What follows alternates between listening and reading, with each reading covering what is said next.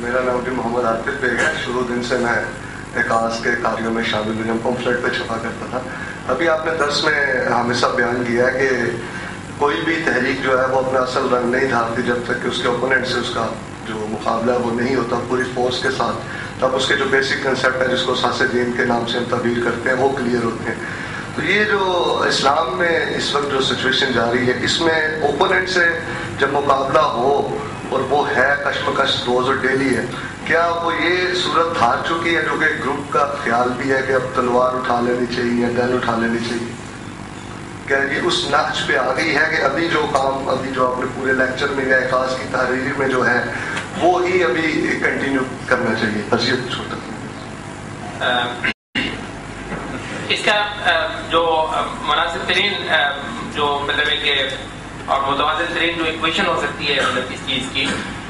وہ یہ ہے کہ بنیادی طور پر تو یہاں پر ایک نظریاتی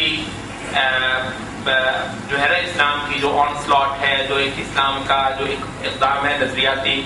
وہ اس کے کسی اور اقدام سے پہلے سامنے آنا چاہیے, جو کہ ہمیں کوئی ایسا نظر نہیں آ رہا ہے. بہت زیادہ انڈیویجول مطلب جو انفرادی قسم کی کوششیں ہو رہی ہیں. تو بہت اسلام کا جو دین توحید کا جو ایک منظم دعوتی عمل ہے وہ کوئی ایسا ہمیں نظر نہیں آ رہا ہے, اور کچھ لوگوں کا اس پہ زور لگے گا کہ وہ ہو جائے, اور اس کے بعد ہی وہ صورت ہونی چاہیے جو آپ فرما رہے ہیں. البتہ اس وقت جو مناسب ترین ہے وہ یہ ہے کہ فمن اعتدى علیکم فاعتدوا علیہ بمثل ما اعتدى علیکم, جو تم پر تلوار ہی اٹھا لے اور تمہارے گھروں میں ہی گھس آئے, اس کے لیے تو البتہ ہمارے پاس صرف الفاظ نہیں ہیں کہ اس کو ہم صرف الفاظ کہیں اور اچھی اچھی بیانات دیں گے, اسٹیٹمنٹ دیں گے, یا آیات اور احادیث سنا کے ہم یہ کہیں کہ بھی تم ہمارے گھر سے چلے جاؤ. تو اس کے لیے تو ہمارے پاس بھی تلوار ہی ہے, اور اس تلوار کو استعمال کرنا اور اس تلوار کو آخری حد تک سپورٹ دینا ہر عالم اسلام کے ہر فرد پہ یہ ضروری ہو جاتا ہے کہ وہ اس کو بھرپور سپورٹ دے جہاں تک اس کی استطاعت ہے. البتہ اس جنگ کا دائرہ اس معنی میں اس سے زیادہ بڑھانا ہمارے خیال میں جو اسلام کی جو نظریاتی برتری ہے اور جو اس کے عقیدے کے اندر جو ایک فتح کر لینے کی اللہ تعالیٰ نے ایک آخری حد تک ایک صلاحیت ودیت کی گئی ہے, اس کو ایکسپلور کرنے میں رکاوٹ بن جائے گا اگر اس سے زیادہ اس جنگ کی دھول اڑ گئی. اگر اس جنگ کی گرد اس سے زیادہ ہوگی تو فی الحال وہ جو ایک کومپل سے نکل رہی ہے اسلامی دعوت کی اور توحید کی ایک حقیقت کی, اور لوگ جو ہے وہ اسلام کو اس کی اصل اساس سے اثر زندہ کر رہے ہیں معاشروں کے اندر بلکہ پوری دنیا کے اندر, اس عمل کو ابھی تھوڑا سا اتنا سا چاہیے کہ وہ بھی اور بھی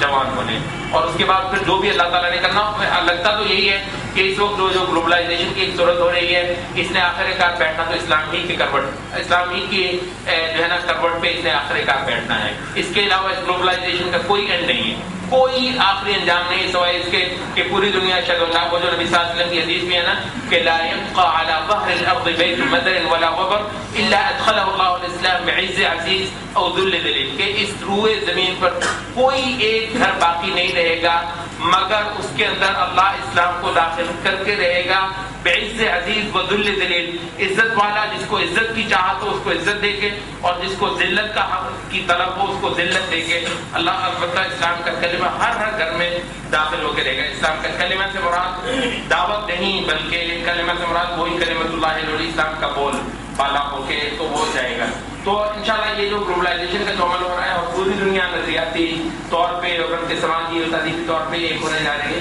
تو ایک مارکا شاید اب پھر ہونے والا ہے, اور جو کہ تلوار کا مارکا بھی یقینی طور پہ ہوگا. البتہ جو ایک مناسب ترین اسٹریٹجی ہے اور جس پر امت کے بہت اچھے اچھے جو فاضل اہل علم ہیں اور اہل فکر ہیں مطلب جس